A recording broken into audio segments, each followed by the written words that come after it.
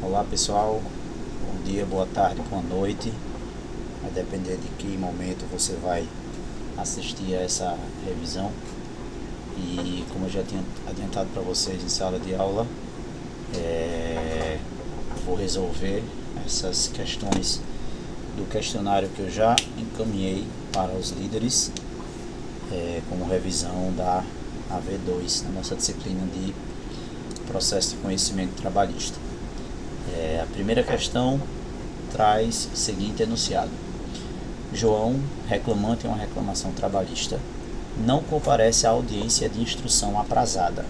Seu advogado aparece e informa que não conseguiu contato com o cliente. Segundo a CLT e o entendimento do TST, o juiz deverá. Então aqui nós temos que analisar, primeiro, que se trata de uma audiência de instrução, ou seja, pelas regras explicadas em sala de aula a respeito das audiências trabalhistas, nós estamos na audiência em prosseguimento. É a segunda audiência a acontecer naquela linha do tempo de audiências trabalhistas específicas, né? A audiência inaugural é a primeira audiência a acontecer, prevista em lei, só reforçando que em lei é que temos a previsão da audiência una, que ela pode ser fracionada. Isso normalmente acontece e ela é fracionada em outras duas. Essa seria a segunda audiência. Não vamos confundir com aquelas disposições que nós temos relativas às audiências do SEJUS, que são as audiências próprias de conciliação, que não estão previstas em lei, mas sim em resoluções do CNJ e CSJT. Mas voltando aqui à questão, a nossa situação é que o reclamante não comparece à segunda audiência, não comparece à audiência em prosseguimento, à audiência de instrução aprazada. E o seu advogado se faz presente. E no que se refere ao que está descrito na CLT e no entendimento do simulado do TST, aqui devemos assinalar a alternativa que corretamente complementa que o juiz deverá. O que o juiz deverá fazer, melhor dizendo, encerrar a audiência e redesigná-la, arquivar a ação automaticamente, condenando o João, que é o reclamante, ao pagamento de custas, aplicar a confissão ficta ao reclamante, ocasionando na presunção de veracidade do que houver sido afirmado pela empresa, admitindo-se, no entanto, prova ao contrário, ouvir o advogado no lugar da parte, uma vez que ele o representa, e receber justificativa posterior sem qualquer penalidade. Tá? Diferente da audiência inaugural, na qual, se houver a ausência injustificada do reclamante, a reclamação será arquivada.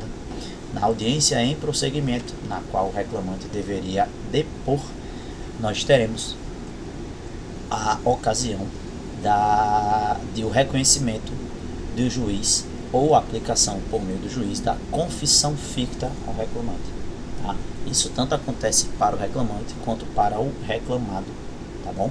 E o que é que isso vai implicar?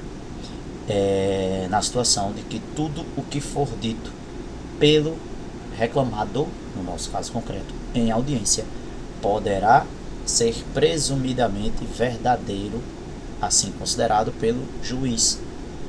Isso é a confissão ficta. Então, na audiência em prosseguimento, nós não teremos o arquivamento da reclamação, portanto, não seria aqui a letra B.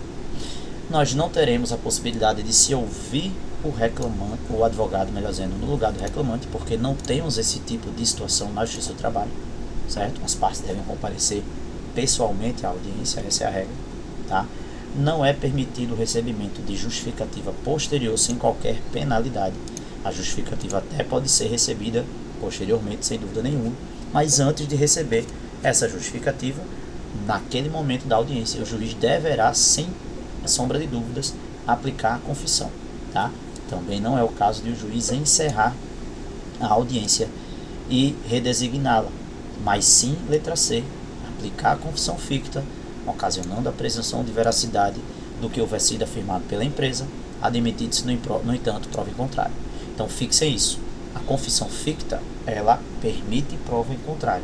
E que prova seria essa? Qualquer tipo de prova que estivesse presente nos autos, tá? Nós temos previsão nesse sentido no artigo 843 da CLT, certo? No que se refere à audiência, melhor dizendo, no artigo 840, deixa me ver melhor.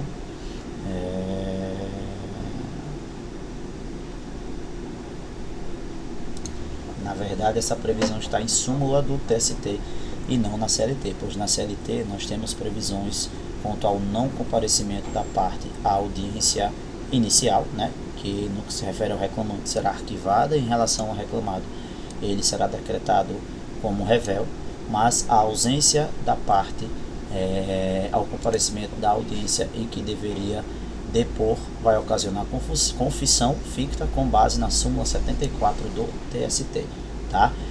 Embora a questão traga a situação de que segundo o entendimento da CLT e, melhor dizendo, segundo a CLT e entendimento do TST, significa que temos que analisá-los em conjunto. Então, ao analisarmos a CLT e a gente vir que a determinação do arquivamento se refere à audiência inaugural, certo? A pena da confissão vai se aplicar à audiência em prosseguimento, na qual a parte deveria depor, tá? Então, não importando se é reclamante ou se é reclamado, nós teremos essa mesma penalidade no que se refere à ausência à audiência em prosseguimento. Portanto, a resposta da questão 1 será a letra C. Seguindo aqui a nossa dinâmica, vamos à questão 2. Maria ajuiza reclamação trabalhista cujo valor da causa é de R$15.000, o que equivale a menos de 10 salários mínimos, na qual foi pleiteado o pagamento de adicional de periculosidade, tendo o juiz designado a realização de prova pericial. No caso em tela, o processo seguirá o rito, e aí nós teremos que analisar essa questão em vistas às regras relativas aos procedimentos na Justiça do Trabalho, os procedimentos no processo de trabalho. Lembrando que, de maneira geral, nós temos duas grandes espécies de procedimentos, os procedimentos comuns e os procedimentos especiais. Neste nosso semestre, nós nos ativemos ao estudo dos procedimentos comuns, uma vez que no próximo semestre que se estudam os procedimentos especiais. Dentro dos procedimentos comuns, nós teremos três subespécies: procedimento sumário, procedimento sumaríssimo e procedimento ordinário. Tá? Cada tipo de procedimento desse vai reunir regras específicas para a prática de atos processuais. No entanto, quando determinado tipo de procedimento não contiver totalmente, ou seja, todas as regras para a prática de todos os atos processuais, aplicar-se-ão as regras do procedimento ordinário, que é o procedimento mais completo, de maneira subsidiária naquilo que não houver colisão. Então, por exemplo, nós temos dentro do procedimento sumaríssimo regra no sentido de que cada parte poderá apresentar até 2 testemunhas para depor em audiência, ao passo que no procedimento ordinário nós poderíamos apresentar até 3 testemunhas. Então, a regra do ordinário nesse caso não se aplica ao sumaríssimo, porque o sumaríssimo teria regra própria. No entanto, nós não temos regras próprias no procedimento sumaríssimo, no que se refere, por exemplo, ao oferecimento de contestação, de defesas, de modo que se aplicam as regras gerais, que são as do procedimento ordinário. Apenas um exemplo para trazer para vocês. No nosso caso, nós temos que observar a qual procedimento o processo em questão irá ser submetido. E a gente já aprendeu que o que define o procedimento de cada processo, no que se refere aos procedimentos comuns, é o valor da causa. Valores da causa de até 2 salários mínimos serão submetidos ao sumário.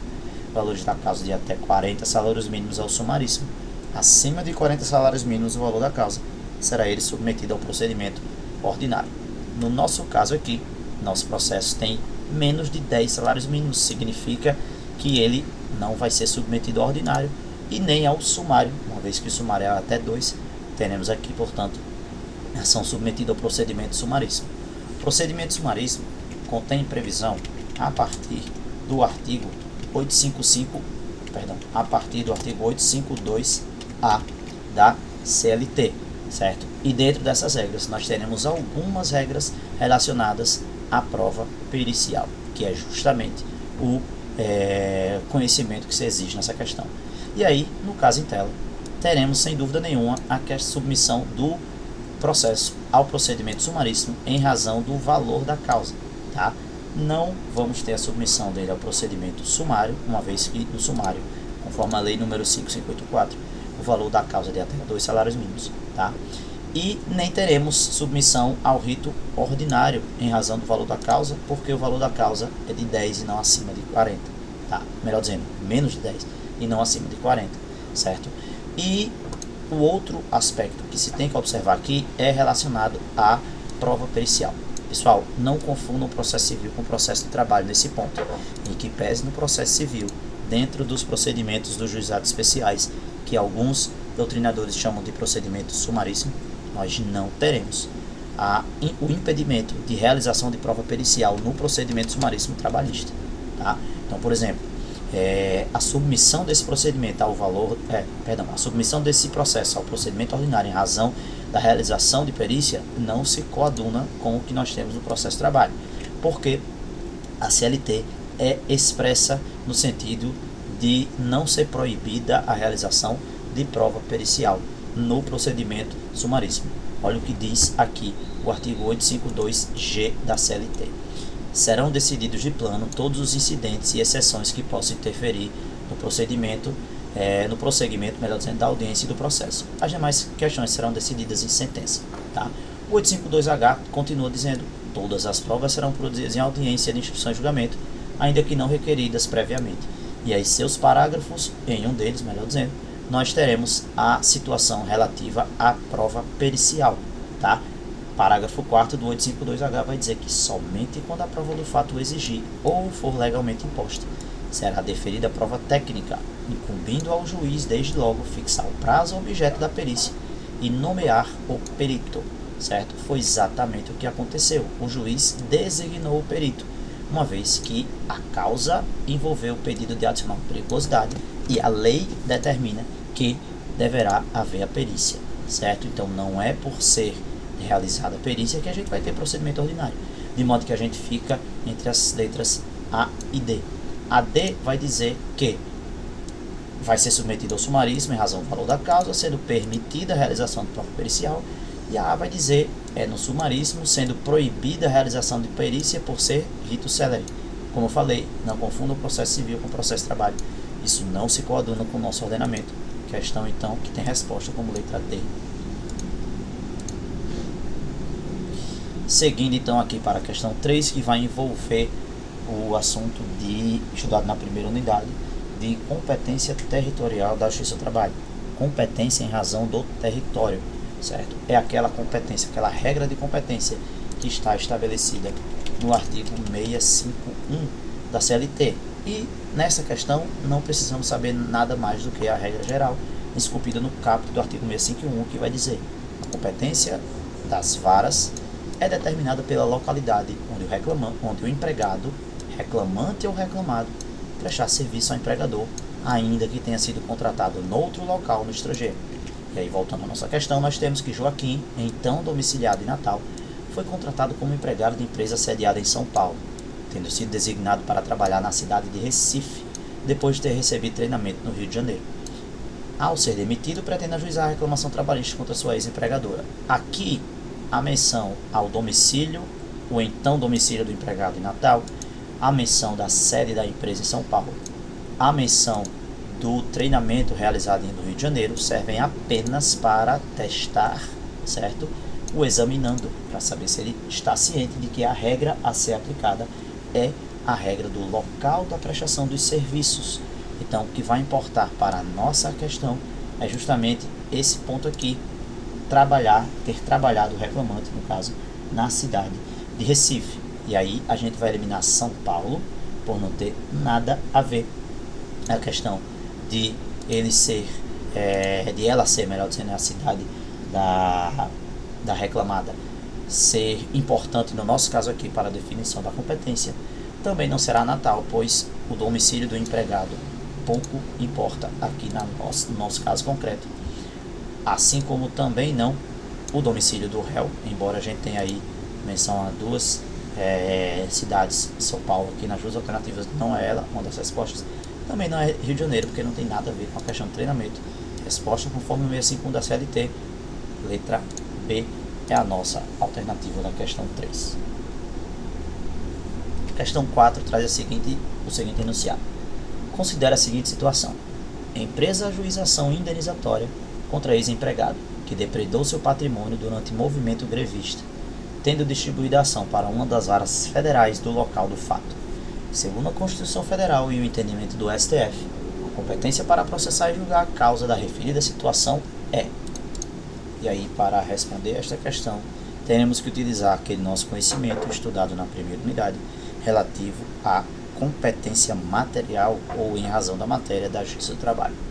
Competência em razão da matéria na Justiça do Trabalho, ela estará esculpida no artigo 114 da CLT, que vai trazer a seguinte redação: compete à Justiça do Trabalho processar e julgar, e vai trazer estes 9 incisos. Um deles vai informar o seguinte: as ações que envolvem o exercício do direito de greve. E também nós vamos ter no inciso 6 as ações de indenização por dano moral ou patrimonial decorrentes da relação de trabalho. Ao interpretar esse dispositivo do artigo 114, especificamente nos incisos 2 e 6, o STF firmou entendimento em sua súmula vinculante de número 23, no sentido de que a Justiça do Trabalho é competente para processar a ação processória ajuizada em decorrência do exercício de greve pelos trabalhadores de iniciativa privada. Assim como também ele firmou o entendimento no sentido de que a Justiça do Trabalho, na súmula vinculante número 22, é competente para processar e julgar as ações de indenização por danos morais e patrimoniais decorrentes de acidente de trabalho proposto por empregado contra empregador, inclusive aquelas que não possuem ação de mérito, sentença de mérito. Tá? Nesse caso, nós teremos a situação de que, por interpretação conjunta das súmulas do STF e também do artigo 114 da Constituição Federal, as ações de indenização decorrentes dos movimentos grevistas, que são decorrentes do exercício do direito de greve e que também são decorrentes da própria relação de trabalho, tá? Deverão ser ajuizadas perante a Justiça do Trabalho. E aí, nessa situação em que uma empresa ajuiza uma ação em uma das varas federais, certo? Do local do fato, que fato é depredação do patrimônio em movimento grevista, ação essa de natureza indenizatória, certo? Temos que entender que esta situação, tá? Melhor dizendo, que a competência para processar e julgar a causa nessa situação não é da Justiça Comum Federal, tá? Não tem nada a ver, porque a Justiça Comum não tem competência para processar e julgar ações envolvendo direito de greve. Não é da competência da Justiça Comum Estadual, porque mesmo em se tratando de ação de indenização, não caberá à Justiça Estadual. Não tem nada a ver com competência criminal, tá? Porque, primeiro, o motivo aqui não se coaduna com a nossa realidade.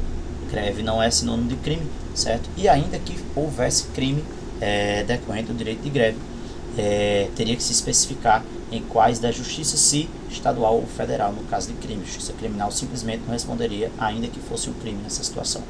Também não é da vara da Fazenda Pública, porque varas da Fazenda Pública, que são ligadas aos tribunais de justiça estaduais, vão processar e julgar causas que envolvam entes da administração pública direta, autárquica e fundacional dos estados e municípios, de modo que a nossa resposta será a letra C, da Justiça do Trabalho, por envolver, melhor dizendo, dano decorrente de movimento de greve. Questão 5. Um reclamado comparece sem advogado ao Fórum Trabalhista de sua cidade para participar de audiência em reclamação trabalhista. Ao entrar na sala de audiência, encontra um grande amigo seu, que é advogado, o qual se prontifica a assisti-lo naquele ato. Iniciada a audiência, o advogado pede o registro de sua atuação em ata, mediante consentimento do reclamado. Essa representação nos termos da CLT e do entendimento do TST temos aqui aquela situação da representação da parte por advogado por meio de mandato tácito, também chamado de mandato apodacta. É aquele ato processual por meio do qual o advogado requer essa representação em audiência junto ao juiz e o reclamante consente para que aquela representação seja considerada válida. E aí nós teremos a situação em que o reclamado ou o reclamante serão representados em juízo pelo advogado. Nesse sentido, bastando o simples, melhor dizendo, requerimento do advogado para que haja essa representação.